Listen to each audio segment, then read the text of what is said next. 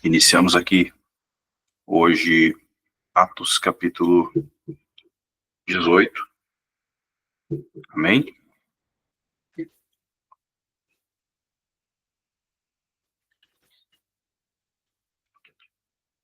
Deixa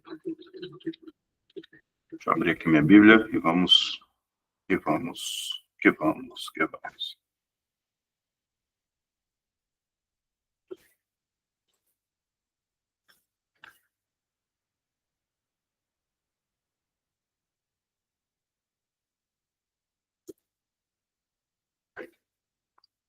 Atos 18, né?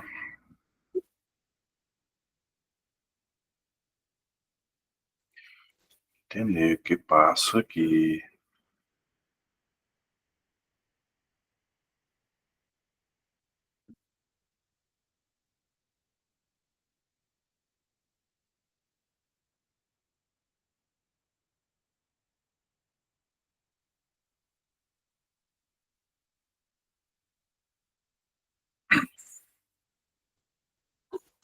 Amém. Bora lá. Atos 18 vai dizer o seguinte: depois disso, deixando Atenas, partiu para Corinto. Lá encontrou um certo judeu chamado Áquila, natural do Ponto, recente chegado à Itália, com Priscila, sua mulher, em vista de ter Cláudio decretado que todos os judeus se retirassem de Roma. Paulo aproximou-se deles, e posto que eram do mesmo ofício, passou a morar com eles e ali trabalhava, pois a profissão deles era fazer tendas. E todos os sábados discorria na sinagoga, persuadindo tanto a judeus quanto a gregos. Verso 5, Paulo anuncia Jesus. Quando Silas e Timóteo desceram da Macedônia, Paulo se entregou totalmente à palavra, testemunhando os judeus que o Cristo é Jesus. Opondo-se eles, blasfemando, sacudiu Paulo as vestes e disse: sobre a vossa cabeça o vosso sangue. Estou dele limpo. Desde agora vou para os gentios. Saindo dali, entrou na casa de um homem chamado Tício Justo, que era temente a Deus. A casa era contígua à sinagoga. Mas Crispo, o principal da sinagoga, creu no Senhor com toda a sua casa, e também muitos dos coríntios, ouvindo, criam e eram batizados. Teve Paulo, durante a noite, uma visão em que o Senhor disse: não temas, pelo contrário, fala e não te cales, porquanto eu estou contigo, e ninguém ousará fazer-te mal, pois tenho muito povo nessa cidade. E ali permaneceu 1 ano e 6 meses, ensinando entre eles a palavra de Deus. Quando, porém, Gálio era procônsul de Acaia, levantaram-se os judeus concordemente contra Paulo e levaram ao tribunal, dizendo: esse persuade os homens para adorar a Deus de modo contrário à lei.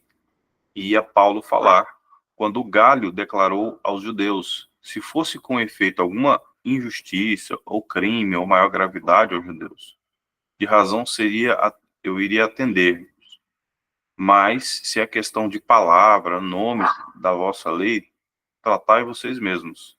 Eu não quero ser juiz dessas coisas. E os expulsou do tribunal. Então, todos agarraram Sóstenes, o principal da sinagoga, e o espancavam diante do tribunal. Gálio, todavia, não se incomodava com essas coisas.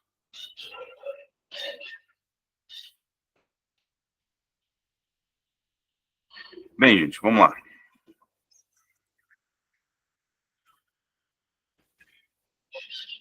Bora lá, vamos lá. Ó, a missão aí. Marcos, Bento, Marcos, Eliana, gente. Glória a Jesus, sejam bem-vindos. Regiane, tudo bem, minha filha?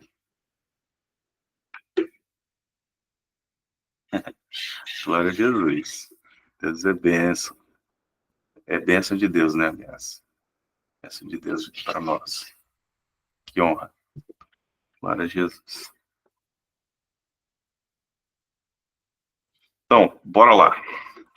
Então, Atos 18 aqui, ele vai começar com Paulo indo para Corinto, sai lá da região onde ele estava, ele deixa Atenas e vai para Corinto. E lá ele encontra um casal refugiado, e esse casal é Áquila e Priscila.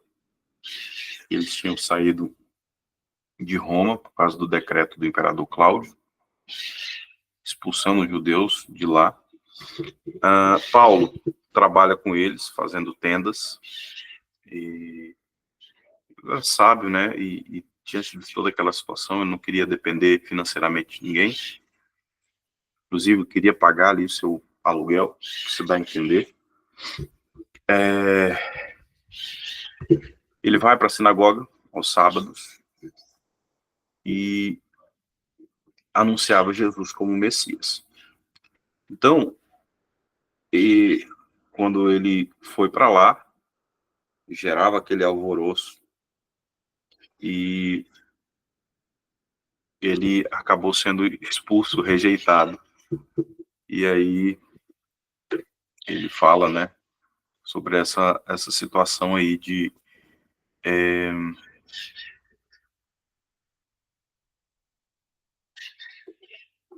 essa situação aí onde ele foi rejeitado mesmo, e ele decidiu focar nos gentios. Foi rejeitado, teve toda aquela situação. E ela até fala, né, sobre essa expressão, olha, o sangue está sobre vocês, vocês não querem? Meu papel eu fiz, que é proclamar para vocês. Isso até traz um exemplo aqui para nós. Irmãos, nosso papel é proclamar. Quem vai fazer a obra é a pessoa abrindo o coração e o Espírito Santo trabalhando. Muitas vezes o Espírito Santo está trabalhando, está alertando, está falando com essa pessoa, mas o coração é muito duro, né? O nosso papel é orar, falar, Senhor, continue fazendo a obra, continue falando e você proclamando.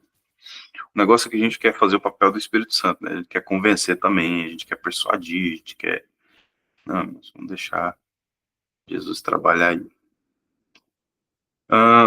Então, eu não sei o que Paulo se passou ali, mas ele ter recebido um sonho, né? Ele teve um sonho ali, aonde o Senhor falava para ele, não temas, né? Ninguém aqui vai te fazer mal, e tal. E ele fica ali mais ou menos 1 ano e 6 meses, 1 ano e meio, pregando o evangelho. Então, muitas pessoas se convertem através da vida dele. Então, estavam ali com eles Áquila, Priscila, e em Corinto ali, né, Corinto, o pessoal ali começou a fazer um dossiê, começou a levantar acusação contra Paulo, porque o que ele estava fazendo ali estava trazendo um desconforto terrível. Fazem ali esse dossiê, levantam coisas contra Paulo, dizendo que ele estava estragando a cultura, estava pregando contra a religião, estava mexendo ali nos deuses, né, deles. E esse pessoal levou ele para o tribunal, né, levou ele para o tribunal. E aí, acho que é Galho, né? Galho, ele fala assim, olha, isso é problema de vocês. Vocês se viram aí. Se fosse uma questão do Estado, se fosse uma questão de crimes, uma questão que valia a pena, mas isso aí se trata da lei de vocês, da cultura de vocês, eu não vou entrar nisso. E aí, sei que o povo ficou, né? O pessoal que estava perseguindo ali. Nós vamos ver que existem 2 tipos de grupo ali. Você vai ver que tem o grupo dos gentios, e você tem, ele prega o evangelho com ousadia, cura, milagres, sinais, maravilhas, há conversões ali, há um alvoroço, toda aquela movimentação, e aí se levantam dois grupos contra. Você tem o grupo dos judeus, você tem o grupo dos gentios. Se levantavam uns contra e outros criam, né? Então é isso, irmãos, quando nós estamos pregando o evangelho verdadeiramente, o que se espera é isso, é perseguição, é calúnia, é rejeição, mas no meio de tudo isso, Deus vai nos munir, né, com sinais, curas, maravilhas, perseguição, calúnia, tudo isso faz parte do propósito. Você está ali combatendo demônios, combatendo uma cultura atuante, você está ali combatendo, você está ali fazendo confrontando trevas, né? É lógico que o inimigo ele não vai aceitar de boa. Então, ele tem ali os seus, aqueles que estão ligados a esses altares, de fato, vão ser canais aí do inimigo para tentar paralisar, né? E ali Deus teve que dar um sonho para Paulo e falou: não temas, não fique com medo, ninguém vai te perseguir no sentido de fazer mal, né? E aí nós vamos ver essas questões aí, né? Então, diante dessa situação, onde viu que diante da lei e do tribunal ali ninguém fez nada, pegaram um homem chamado Crespo, que foi um dos principais ali da sinagoga, deram uma surra nele, né? Espancaram ele, e o Galho ali, que era esse homem, um dos governantes ali, achou foi bom, nem se importou, nem interferiu, né? Por quê, irmãos? Esse Crespo, ele deu voz a Paulo quando ele chegou na sinagoga lá. E aí, toda uma situação, né? Então, ali depois, Paulo rapa sua cabeça, faz um propósito ali e vai para outro lugar. E aí nós vamos vendo algumas coisas. Irmãos, quando nós estamos, assim como os discípulos de Jesus, né, incluindo Paulo, estava manifestando a glória do Senhor, o sinal visível era essa questão. Era perseguido, era apedrejado, era espancado, ou batiam, perseguiam, prendiam os amigos dele. Estão tentando trazer medo e repressão. E o que ele fez? Eles continuavam, eles se alegravam porque Cristo estava sendo formado neles e porque o reino estava avançando apesar disso. Mas o que acontece, irmãos? Nós temos que ter uma noção clara, bem clara. Nós temos que enxergar a realidade de que pregar o evangelho não significa estar blindado contra essas coisas. Pregar o evangelho é perigoso. Se você de fato está comprometido com a verdade, você de fato está comprometido com o avanço do reino, é perigoso, irmãos, é perigoso. Homens e mulheres correndo risco de vida, ou risco de morte, né? Risco de vida eles já corriam, né? Risco de morte.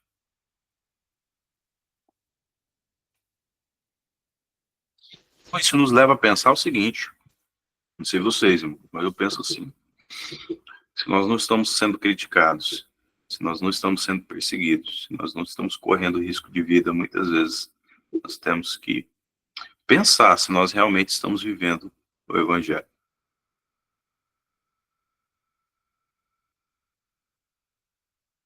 Se de fato nós estamos cooperando com isso, ou se de fato nós estamos sendo apenas um ouvinte negligente.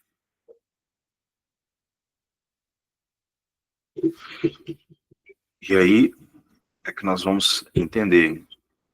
Muitas vezes a gente quer abraçar a cultura para que as pessoas se sintam confortáveis, se sintam bem. E antigamente, irmãos, nós vamos ver aqui.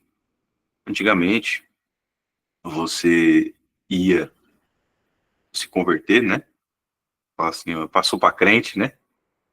Era difícil, gente. Você tinha que provar por A mais B de que você de fato tinha abandonado, né, a sua vida antiga. E isso incluía deixar amizades. As pessoas não queriam se misturar, né? Tentavam te puxar de volta, via que não conseguia, se afastava de você. Então tinha um preconceito ali, né? Então, você já não sentava mais na roda daqueles que bebiam, você já mudava suas vestes, as suas vestimentas, e aquelas pessoas que te acompanhavam te abandonavam, ou você, de fato, entendia que aquilo não era mais para você. Então, meio que você ficava isolado, né? Então, era um negócio complicado. Hoje a gente vai vendo assim, né? A pessoa vai numa célula, num grupo familiar, num grupo das casas, ele vai lá, se sente bem, aí ele vai ficando, aí depois ele traz a família, e aí ele fala, pronto, converti.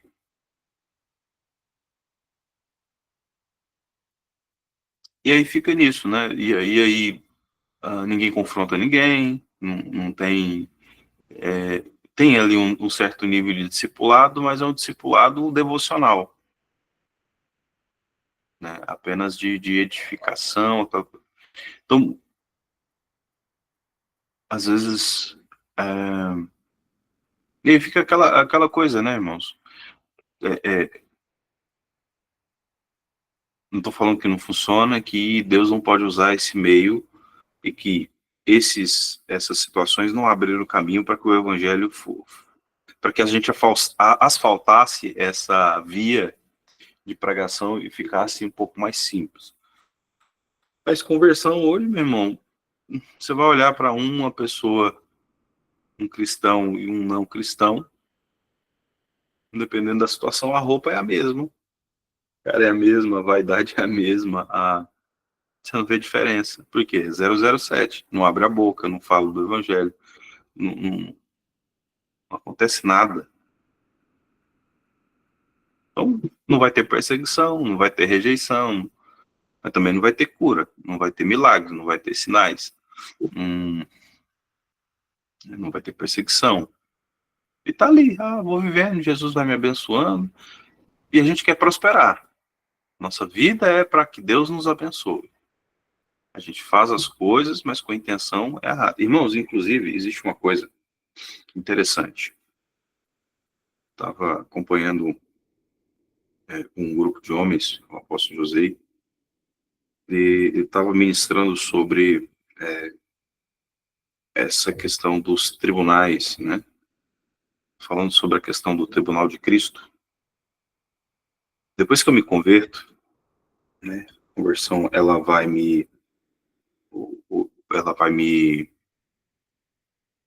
trazer ali a salvação. A salvação é pela fé, ela não vem de obras, para que ninguém se glorie, né? Então a salvação é crer em Jesus. Criei, confessei com a boca, fui salvo. Beleza, agora existe uma outra coisa chamada galardão. A questão do galardão, ele é dado para aquele que se converteu a Cristo e começou a caminhar dentro dessa dinâmica, né? Então, todos nós vamos comparecer diante do tribunal de Cristo e as nossas obras serão examinadas. E essas obras, elas serão ouro, prata, pedras preciosas, ou vai ser madeira, feno e palha. É isso? E aí, aquilo que vem do céu, aquilo que Deus determinou, pode passar pelo fogo, não vai sofrer dano. Mas aquilo que a gente fez não está ligado àquilo que Deus nos mandou fazer, vai tudo queimar.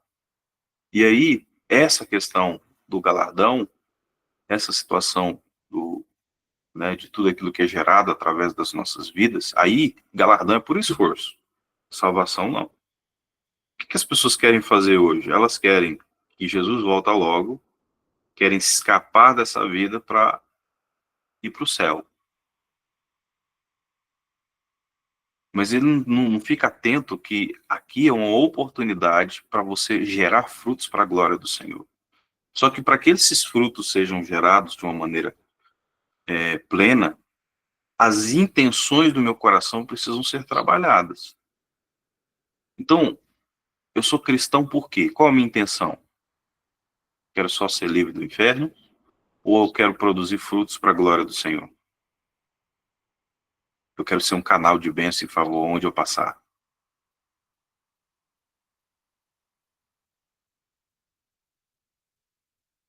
Entendeu? Qual é a minha motivação? A minha motivação, eu quero Jesus só para que ele me livre das consequências dos meus erros do passado. Eu faço o que é certo entre aspas, pro devorador não vir sobre as minhas economias. Não porque eu tenho um coração liberal, um coração grato. Eu entendo que foi o Senhor que me deu. Eu falo do evangelho para competir com outro, ou eu prego o evangelho para que o Senhor seja glorificado e pessoas venham para Cristo.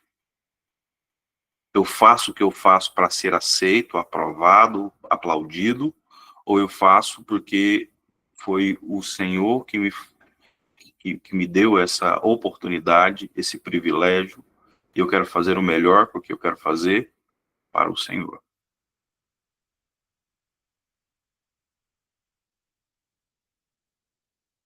Então essas intenções, elas são corrigidas no nosso coração à medida que a gente vai passando por algumas provas, algumas lutas, algumas perseguições.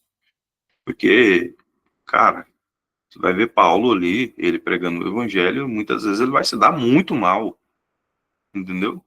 Quase morte ali, calúnia, difamação, perseguição, dois grupos, né? Então, outra coisa também, ali você tinha o chamado e você tinha a esfera de influência, né? Então, Deus chamou ali Paulo, principalmente questão dos gentios ali, todas as vezes que ele ia para os judeus, muitas vezes ele apanhava muito, então ele foi entendendo ali que o chamado dele estava muito ligado a, aos gentios, aqueles que não eram judeus. Mesmo assim, ele começava pela sinagoga e depois ia fazendo o trabalho na com o pessoal da cidade que não era judeu. Então aí, gente,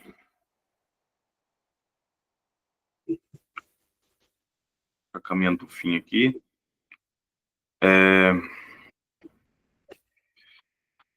Mas Paulo, havendo permanecido ali muitos dias, por fim despedindo dos irmãos, navegou para a Síria, levando em sua companhia Priscila e Áquila, depois de ter raspado a cabeça em Cencréa, porque tomaram o voto, chegados a Éfeso, deixou-os ali, porém, entrando na sinagoga, pregava aos judeus, rogando-lhes que permanecesse ali mais algum tempo, não acedeu. Mas, despedindo-se, disse: se Deus quiser, voltarei para vós outros. E embarcando, partiu de Éfeso, né? Chegando em Cesareia, desembarcou subindo a Jerusalém. Tendo saudado a igreja, desceu para Antioquia. Havendo passado ali algum tempo, saiu atravessando sucessivamente da região da Galácia, Frígia, confirmando todos os discípulos. Então, ele sempre passava por essas igrejas, fortalecendo, confirmando, né, encorajando, trazendo alinhamento. Então, você vai vendo os pontos ali onde ele vai ministrando, é algo tremendo.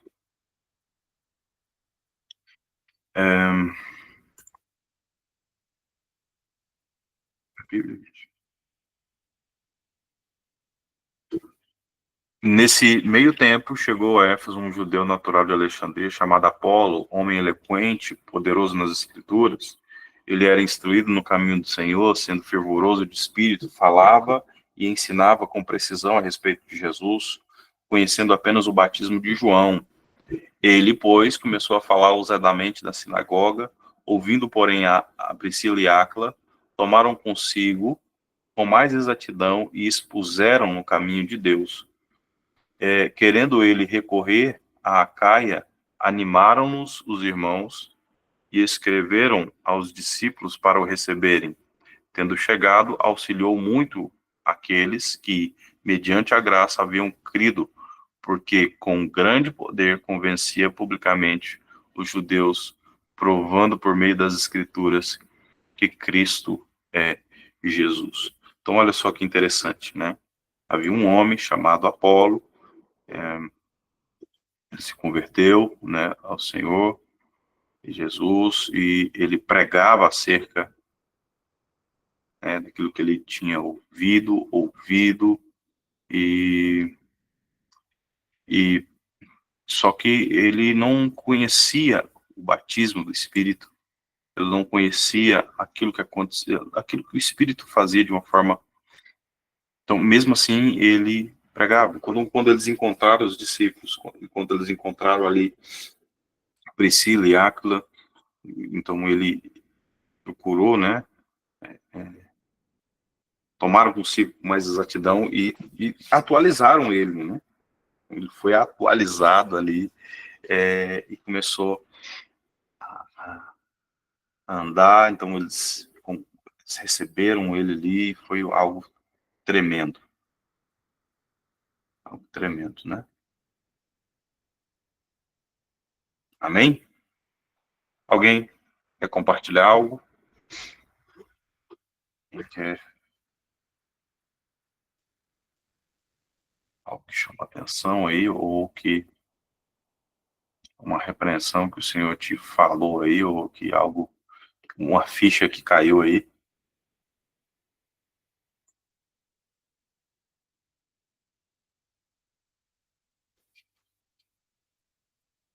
Eu quero falar, Wesley. Pois fale. Aquilo que você estava falando, meu filho, de pregar a verdade, tá difícil, viu? Tá difícil. Eu aqui na igreja, estávamos fazendo um estudo bíblico online, aí não sei que texto estava falando, mas eu comecei a falar, né, que não podia ter um amante, que isso estava fora da Bíblia, que a pessoa não podia ser homossexual, que tinha que. Eu comecei a falar sobre isso. Não sei porquê, já não me lembro. Mas se você visse a mulherinha que estava como se diz, de moderadora do grupo, se ela pudesse, ela me matava. Nunca mais eu fazia o estudo bíblico com eles, nunca mais me chamaram para o estudo bíblico. Nunca mais. Porque aqui é como se fosse crime falar que é pecado ser homossexual, entende? Que é ruim que o homem tenha duas mulheres, entende? Como é a história. Parece que isso é crime. Aí eu falei, ai, Jesus, obrigado. Se eu falei aquilo naquela reunião, é porque alguém tinha que ter escutado. Eu fiz a minha parte. Se eles não me chamaram mais, amém, glória a Deus. Eu não me, como se diz, não me entristeço por nada, não. Cristo vive em mim, graças a Deus. Valeu. É só isso, é só um testemunho. Obrigado por compartilhar. Então é isso, gente. A coisa tá tão doida, né? A cultura, muitas vezes, a forma como as coisas estão sendo pregadas, aí nós vamos ver o liberalismo, né? Quer andar de acordo com a cultura. Mas o evangelho, muitas vezes, ele vai ser contra a cultura. Você vai entender que muitas coisas vão ser confrontadas. Então, por exemplo, em países, a minha sogra, ela é missionária na África, então lá é comum o cara ter lá, se o cara der conta de tratar, ele ele tem lá uma, duas, três, quatro, cinco mulheres. E a coisa é distorcida, meu irmão. E as mulheres que têm que trabalhar e o homem fica lá de boa em casa. E a mulher chega lá, traz o sustento para ele, ajoelha diante dele e fala: tá aqui, papai. Entendeu? Então, quando você fala lá, inclusive pastores, irmãos, quando ela vai confrontar esses homens, ela fala: gente, eu de acordo com a palavra, isso não existe. Não, mamãe, é a cultura, a gente tem que entender. Você vai ver que a palavra, ela vai cortando uma porção de coisas, e nosso papel é proclamar. E muitas vezes, Paulo e seus discípulos apanhavam, eram cortados, eram rejeitados por pregar a verdade. E nós, assim como Deus deu um sonho a Paulo ali, falando: não temas, continue a pregar, continue a ministrar, não importa a consequência que venha sobre a sua vida, continue. Então, vamos orar, né, para que Deus nos revele aonde nós devemos ir, o que nós devemos falar, com qual nível de ousadia, e continuar ministrando aquilo que o Senhor nos deu. Então, que Deus te abençoe, você, sua casa, sua família. Obrigado aí pelos testemunhos, pelo coração disposto aí a ouvir, e nas suas orações apresente tudo isso. Senhor, diante de tudo isso que foi falado aqui, eu quero encontrar a minha meu caminho diante disso, cooperando com o teu Espírito, para que pessoas sejam salvas, para que discípulos do Senhor Jesus sejam encontrados, sejam encorajados, sejam formados, e que haja a manifestação da glória do Senhor, ainda que venham as perseguições, ainda que venham as calúnias, ainda que venham as rejeições, ainda que venham os problemas. O Senhor nos dá ousadia, o Senhor nos dá a graça para poder desenvolver aquilo que Ele nos chamou. E ministério, assim como Paulo pregou ali e não estava blindado contra os problemas. Os problemas, eles vieram junto com as conversões, junto com os inimigos, junto com críticas, junto com oposição, junto com risco de morte. Mas se nós queremos refletir verdadeiramente o Evangelho do Senhor, vivendo aquilo que é bíblico, vai ser cada vez mais comum nós sermos perseguidos por pregar a verdade. Mas aí nós vamos voltar para aquilo que nós começamos a pregar antes desse propósito de Atos. Bem-aventurados sois quando te perseguirem, te caluniarem, falarem mal de você. Sejam bem-aventurados, né? Felizes são. E aí, bem-aventurados aqueles que têm sede e fome de justiça, e eles vão ser saciados. E justiça, ela não tem a ver apenas com tratar algo que é injusto, mas tem a ver com colocar as coisas no lugar, do jeito que Deus quer, do jeito que Deus planejou, e é estabelecer o céu na terra. É estabelecer o céu dentro do ambiente da minha casa, é estabelecer o céu dentro do ambiente do meu trabalho, é estabelecer o céu dentro da minha cidade, é estabelecer o céu no lugar onde eu congrego, é estabelecer o céu dos meus familiares. Aqueles que não querem o céu vão rejeitar.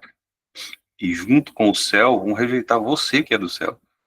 Você que é um seguidor de Jesus, um discípulo de Jesus fiel. Entenda isso. Amém?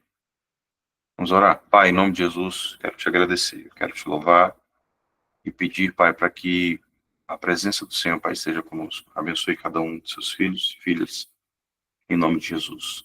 Dando graça. Amém. Queridos, então nos encontramos aí segunda.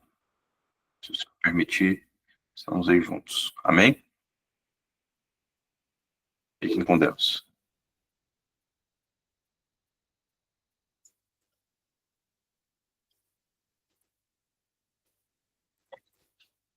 Nossa.